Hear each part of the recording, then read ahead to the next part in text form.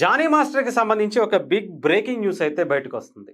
Johnny మాస్టర్కి సంబంధించినటువంటి ఏదైతే వివాదం నడుస్తుందో దీని మీద ఫెడరేషన్ చాలా సీరియస్ నిర్ణయం తీసుకోబోతున్నట్టుగా తెలుస్తుంది. దానికి సంబంధించి ఒక వార్త మీకు చదివి వినిపిస్తాను. గణేష్ గోల్డ్ తాకట్టులో ఉన్న బంగారాన్ని విడిపించి కొనబడును. సంప్రదించండి 9966651144. ప్రముఖ కొరియోగ్రాఫర్ జానీ మాస్టర్ కు ఫెడరేషన్ షాక్ ఇచ్చినటువంటి పరిస్థితి.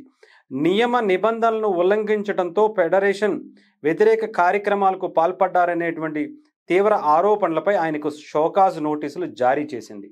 తెలుగు ఫిలిం డాన్సర్ అసోసియేషన్ ఎన్నికల సభ్యత్వం అంశాల్లో ఇటీవల జానీ మాస్టర్ శేఖర్ మాస్టర్ మధ్య రెండు వర్గాల మధ్య చోటు చేసుకున్నటువంటి సంఘటన అందరికీ తెలిసిందే. దీంట్లో ముఖ్యంగా జానీ మాస్టర్ భార్య సుమలత గారిపై డాన్సర్లు ఆగ్రహం వ్యక్తం చేశారు. 10 మంది రాజీనామాలు కూడా ఇప్పటికే సమర్పించారు. ఈ కార్యక్రమంలో ఫెడరేషన్ ప్రతినిధులు శుక్రవారం ఒక సమావేశం ఏర్పాటు చేసుకున్నారు. దీంట్లో ముఖ్య ఉద్దేశం ఏంటంటే జానీ మాస్టర్కు సహాయ నిరాకరణ చేయాలి అని చెప్పి సభ్యులందరూ కూడా ఏకాభిప్రాయంతో నిర్ణయం తీసుకున్నటువంటి పరిస్థితి కనిపించింది. అలాగే ఫెడరేషన్ ప్రతినిధులు కూడా జానీ మాస్టర్ తీరుపైన ఆగ్రహం వ్యక్తం చేశారు. అంతేకాదు ఆయన తక్షణమే సహాయ నిరాకరణ చేసి ఈ నెల 12వ తారీఖు ఏదైతే ఫిలిం ఫెడరేషన్కి సంబంధించినటువంటి కొన్ని వ్యాఖ్యలు ఆయన తీవ్రమైనటువంటి వ్యాఖ్యలు చేశారో దాని మీద ఆయన వెంటనే బహిరంగ క్షమాపణ చెప్పాలి, లేకపోతే ఆయన మీద చర్యలు తీసుకుంటామని చెప్పి గతంలోనే చెప్పినటువంటి పరిస్థితి. 14వ తారీఖున ఆయన విచారణకు రావాలి అని చెప్పి ఫెడరేషన్ కోరింది. అయినా కూడా ఆయన ఫెడరేషన్కి సంబంధించి ఆ సమావేశానికి హాజరవ్వలేదు. అయితే దీంతో ఆగ్రహం వ్యక్తం చేసినటువంటి ఫెడరేషన్ సంస్థ 7 రోజులలోగా లిఖితపూర్వక వివరణ ఇవ్వాలని ఆదేశాలు ఇచ్చినటువంటి పరిస్థితి కనిపించింది. అలాగే బహిరంగ క్షమాపణ కూడా చెప్పకపోతే క్రమశిక్షణ చర్యలు కూడా తీసుకుంటామని కూడా తెలిపినటువంటి పరిస్థితి అయితే కనిపించింది. అవసరమైతే జానీ మాస్టర్ను తెలుగు ఫిలిం డాన్సర్స్ అసోసియేషన్ నుంచి సస్పెండ్ చేసి బయటికి పంపించేసేటువంటి అవకాశాలు కూడా ఉన్నట్టుగా అయితే అలాంటి నిర్ణయాలు కూడా తీసుకోబోతున్నట్టుగా అయితే తెలుస్తుంది. అయితే నేనే కొద్దిసేపటి క్రితం జానీ మాస్టర్తో కూడా మాట్లాడడం జరిగింది.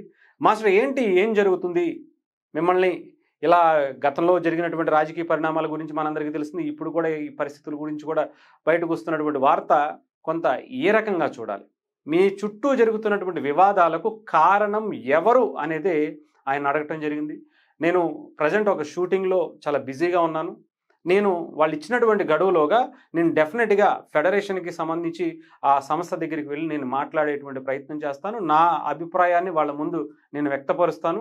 నాకు ఇంకా కొంచెం టైం ఉంది. నేను ప్రజెంట్ అయితే ఒక షూటింగ్ ఇప్పటికే అనుకుని ఉన్నాను కాబట్టి దాని షెడ్యూల్ జరుగుతూ ఉంది.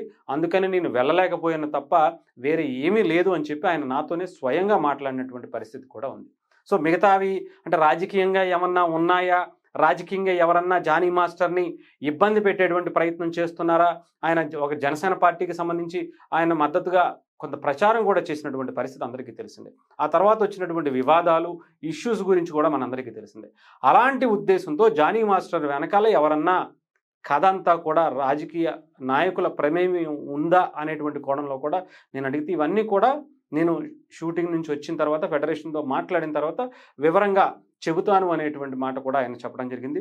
చూడాలి. మొత్తానికి ఏదేమైనా సరే ఇది Shekhar master versus Jani master వర్గీలా అనేటువంటి పరిస్థితి కనిపించింది. కానీ ఇప్పుడు ఫెడరేషన్ వర్సెస్ జానీ మాస్టర్ అనేటువంటి వెర్షన్లోకి అయితే వెళ్ళిపోయింది. మరి దీని మీద జానీ మాస్టర్ ఎలాంటి నిర్ణయం తీసుకుంటారు, ఎలాంటి అభిప్రాయాన్ని రేపొద్దున ఫెడరేషన్ ముందు పెడతారు. ఎందుకంటే జానీ మాస్టర్ అనేటువంటి వ్యక్తి ఇప్పుడు భారతదేశంలో ఉన్నటువంటి టాప్ కొరియోగ్రాఫర్లో ఆయన టాప్ 3లో ఉన్నటువంటి వ్యక్తి. అటు తెలుగా, తమిళ, కన్నడమా, మలయాళమా, హిందీయా లేదా ఇంకొక లాంగ్వేజ్ అయినా కానీ ఎక్కడైనా సరే జానీ మాస్టర్ ఒక లీడ్ కొరియోగ్రాఫర్గా ఇప్పుడు ఆయనకి మంచి పేరు సంపాదించుకున్నారు. మంచి డాన్సరు, మంచి కొరియోగ్రాఫరు, అందులో ఎటువంటి సందేహం లేదు. బట్ అలాంటి వ్యక్తికి కొంచెం క్రమశిక్షణ ఉండాలి అనేది కూడా చాలామంది వాదన అయితే చాలా బలంగా వినిపిస్తుంది.